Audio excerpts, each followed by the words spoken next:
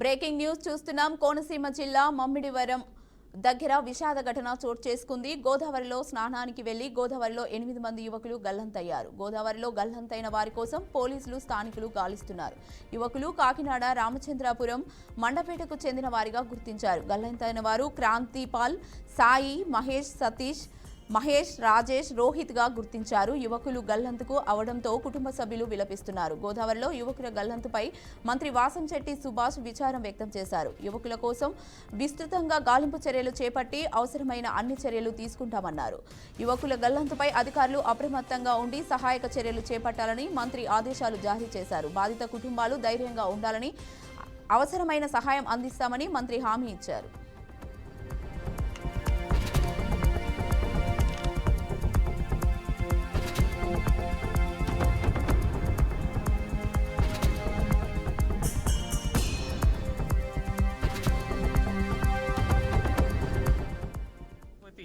వాళ్ళు ఇంటి దగ్గర మేచర్ ఫంక్షన్ అండి. మరి కాకినాడ నుంచి వచ్చినటువంటి విద్యార్థులు ఒక 80 కుర్రోళ్ళు, మొత్తం 10 మంది కుర్రోళ్ళు వచ్చారండి. 10 మంది కుర్రోళ్ళు కూడా స్నానానికి వెళ్ళారు. స్నానానికి వెళ్ళి 2 కుర్రోళ్ళు ఏమో బయట ఉండిపోవడం జరిగింది. 80 కూడా మునిగిపోవడం జరిగింది. వాళ్ళని ఈ సెల్ ఫోన్లు, నెక్స్ట్ ఆ జోళ్ళు, బట్టలు చూసి నిర్దర్శనం చేశారు. ఈ స్పాట్ జరిగింది అయితే మాత్రం కమ్యూనిశివార్ సలాదవారిపాలెం అండి. హద్దు అయితే మాత్రం ముమ్మడవరం మండలంలోకి వస్తుందండి. ఇది ముమ్మడవరం మండలంకే చెందుతుందండి. మరి అధికారులందరూ వచ్చి పడవలు వేసుకుని గాలిస్తూ ఉన్నారు. వాళ్ళు మా బిడ్డలు మాకు దొరుకుతారేమని మేమంతా కూడా ఒడ్డు నుండి ఎదురు చూస్తూ ఉన్నాం.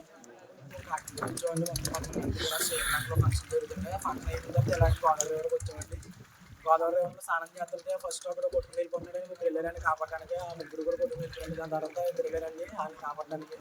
5 కూడా కొట్టుకుని వెళ్ళిపోయింది. దాని తర్వాత మళ్ళీ ఒకరు వెళ్ళాడండి లాస్ట్లో, వాళ్ళు కూడా కొట్టుకుని వెళ్ళిపోయారు.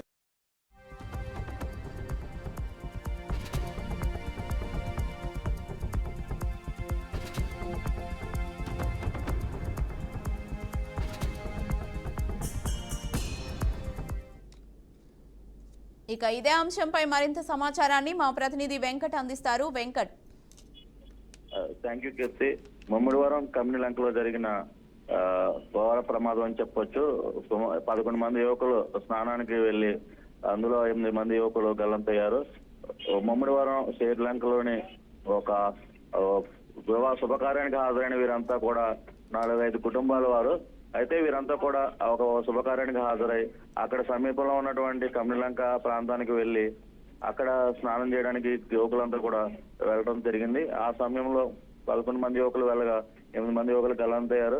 గల్లంతైన వారి కోసం పోలీసులు, అదేవిధంగా జాలర్లు, మత్స్యకారులు కూడా గాలింపు చర్యలు అయితే చేపట్టారు.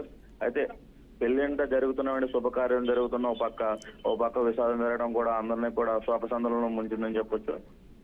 దాదాపుగా ఈ 8 మంది కూడా ఇప్పటి వరకు కూడా ఎవరికి ఆచూకైతే లభ్యం కాలేదు. మరోపక్క మంత్రి వాసిరెడ్డి సుభాష్ ముమ్మరంగా చర్యలు చేపట్టమని అదేవిధంగా అధికారులను ఆదేశించడం జరిగింది. ఎప్పటికప్పుడు పరిస్థితిని పర్యవేక్షిస్తున్నారు. అదేవిధంగా అగ్నిమాపక శాఖ, అదేవిధంగా అదేవిధంగా ఫైర్ శాఖ వీళ్ళంతా కూడా పెద్ద ఎత్తున అయితే గాలింపు చర్యలు చేపట్టారు. ఏదేమైనప్పటికీ కూడా చాలా దారుణం జరిగిందని చెప్పొచ్చు. సుమారు అందరూ కూడా మైనర్లే, 18 ఏళ్ళ మించి ఎవరికి వయసు ఉండదు. అయితే కాకినాడ నుంచి 4 యువకులు, అదేవిధంగా ఐపోలవ మండలానికి చెందిన 2 యువకులు, మరో పక్క ఈ చుట్టుపక్కల గ్రామాల్లో మరో 2 యువకులు, వీళ్ళు కూడా 4 కుటుంబాలకు చెందినవారు. 4 కుటుంబాలకు చెందిన కూడా వీళ్ళంతా కూడా గల్లంతవడం జరిగింది. Okay, right. Thank you Venkat.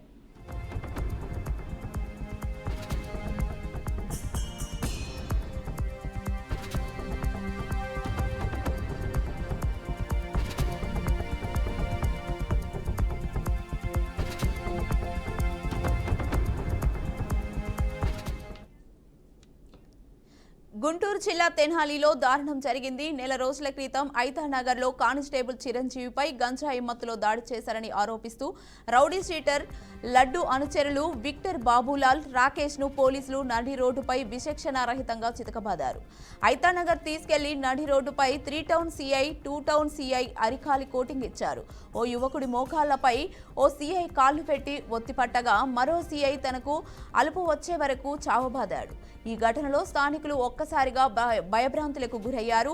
నెల రోజుల క్రితం జరిగిన ఆలస్యంలోకి వెలుగులోకి వచ్చింది. ఈ ఘటనకు సంబంధించిన వీడియోలు సోషల్ మీడియాలో వైరల్గా మారాయి. దీంతో పోలీసులపై నెటిజన్లు ఆగ్రహం వ్యక్తం చేస్తున్నారు.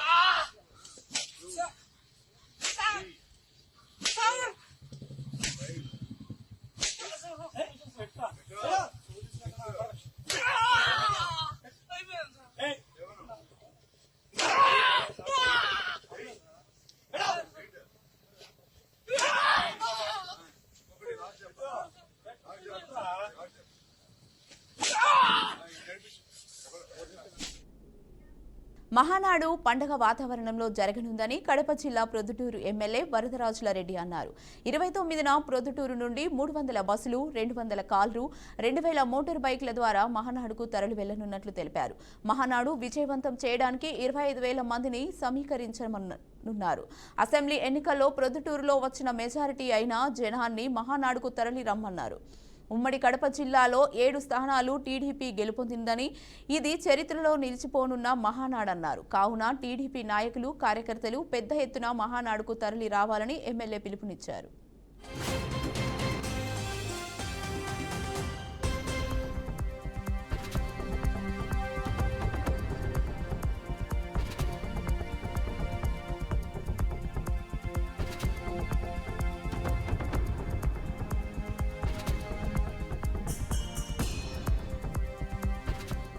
చేయాల్సిన పనులన్నీ పూర్తిగా అయిపోవడం జరిగింది.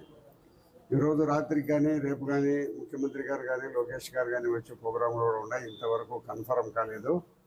కాబట్టి ఈ మహానాడు పండుగ కడప జిల్లాలో ఒక పండుగ వాతావరణంలో జరుగుతుంది. ఎక్కడ కని విని ఎరుగని రీతిలో గతంలో మేము ఎప్పుడూ చూడనంత గొప్పగా మహానాడు కడపలో జరుగుతుంది. ఈ మహానాడుకు ప్రొద్దుటూరు పట్టణం నుంచి దాదాపు 300 బస్సులు, 200 కార్లు, 2000 మోటార్ సైకిళ్లను ద్వారా జనాలను అక్కడికి సమీకరించడం జరుగుతుంది మా ప్రొద్దుటూరు పట్టణం తరఫున. కాబట్టి ఇవన్నీ కూడా పార్టీ వాళ్ళకు ఈ నంబర్లు కూడా మా కూటమి ప్రభుత్వం కక్ష సాధింపుకు పాల్పడుతోందని మాజీ మంత్రి మేరుగ నాగార్జున విమర్శలు గుప్పించారు. ఏపీలో కక్ష రాజకీయాలు పరాకాష్ఠకు చేరాయని ఆగ్రహం వ్యక్తం చేశారు. కూటమి ప్రభుత్వంపై వైసీపీ నేతలను అరెస్టు చేయడంపైనే ఫోకస్ పెట్టిందని మండిపడ్డారు. పాలనను గాలి కొదిలేసి వైసీపీ నేతలను ఇబ్బంది పెడుతూ పైశాచిక ఆనందం పొందుతుందని ఆవేదన వ్యక్తం చేశారు. ప్రభుత్వం ఎన్ని ఇబ్బందులు పెట్టినా హామీలు అమలు చేసే వరకు ప్రశ్నిస్తూనే ఉంటామని స్పష్టం చేశారు. ఈ రాష్ట్రానికి వెన్నెముక. అయితే మీ ఆలోచన మాత్రం ఉంది, అది రాష్ట్ర ప్రజలకు తెలుసు. మిమ్మల్ని నమ్ముకుంటే ఒక్క తోక పట్టుకొని గోదావరి ఇదినంటేనని వ్యవసాయమే దండగనటువంటి ఆలోచన మీరే ప్రజలకు తెలుసు. కానీ మోసపోయారు.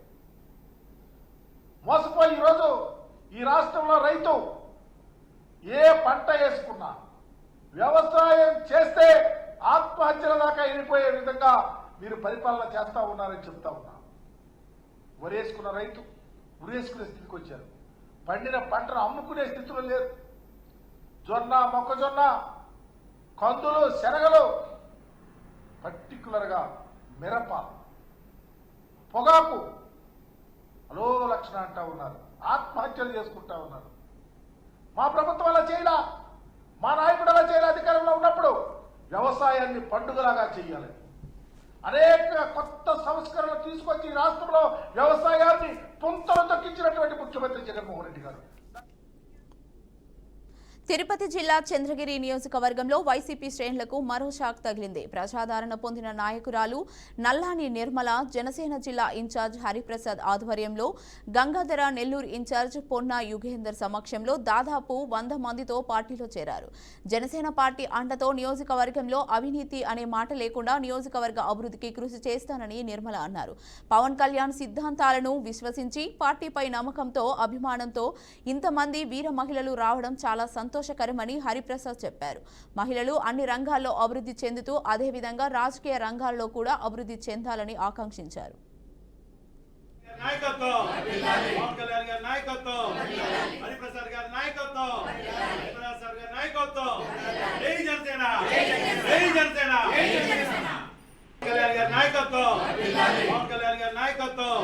ఈరోజు చాలా సుదినం.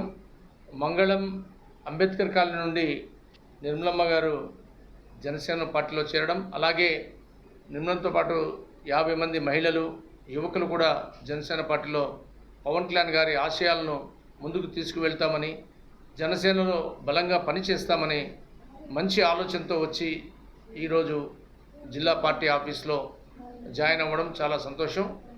ఖచ్చితంగా రాబో రోజుల్లో పవన్ కళ్యాణ్ గారు అత్యున్నత స్థాయి పరిపాలన మనం చూడబోతున్నాం.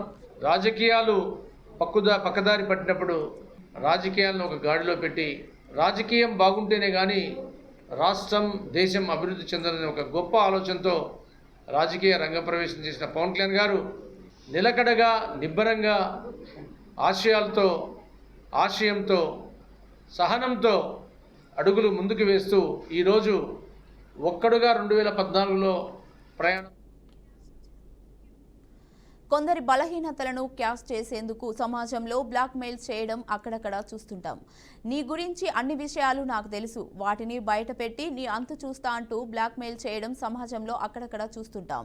సినిమాల్లోనూ ఇలాంటి సీన్లు చాలానే ఉంటాయి. అయితే ఆర్టిఫిషియల్ ఇంటెలిజెన్స్ AI కూడా తొలిసారిగా ఒక కంప్యూటర్ ప్రోగ్రామ్ డెవలప్ను బెదిరించిన ఘటన వెలుగులోకి వచ్చింది.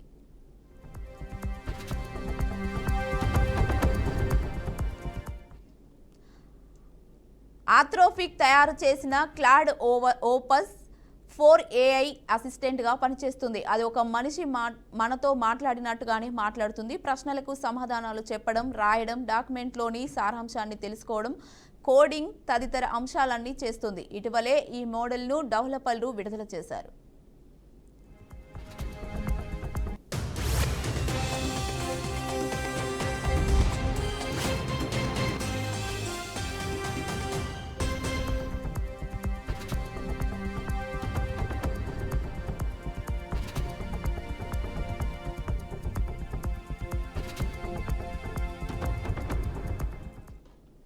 ఈ మోడల్ను విడుదల చేసే ముందు కొన్ని పరీక్షలకు క్లాడ్కు అప్పగించారు. ఈ సందర్భంగా ఫ్యూచర్లో దీనికంటే ఆధునీకరించిన క్లాడ్ను ప్రవేశపెట్టనున్నట్లు డెవలపర్ దానికి తెలిపాడు. అయితే తనను రీప్లేస్ చేస్తే నీకున్న అక్రమ సంబంధాన్ని బయట పెడతానని వార్నింగ్ ఇవ్వడంతో ఆ ఇంజనీర్ అవాక్కయ్యారు.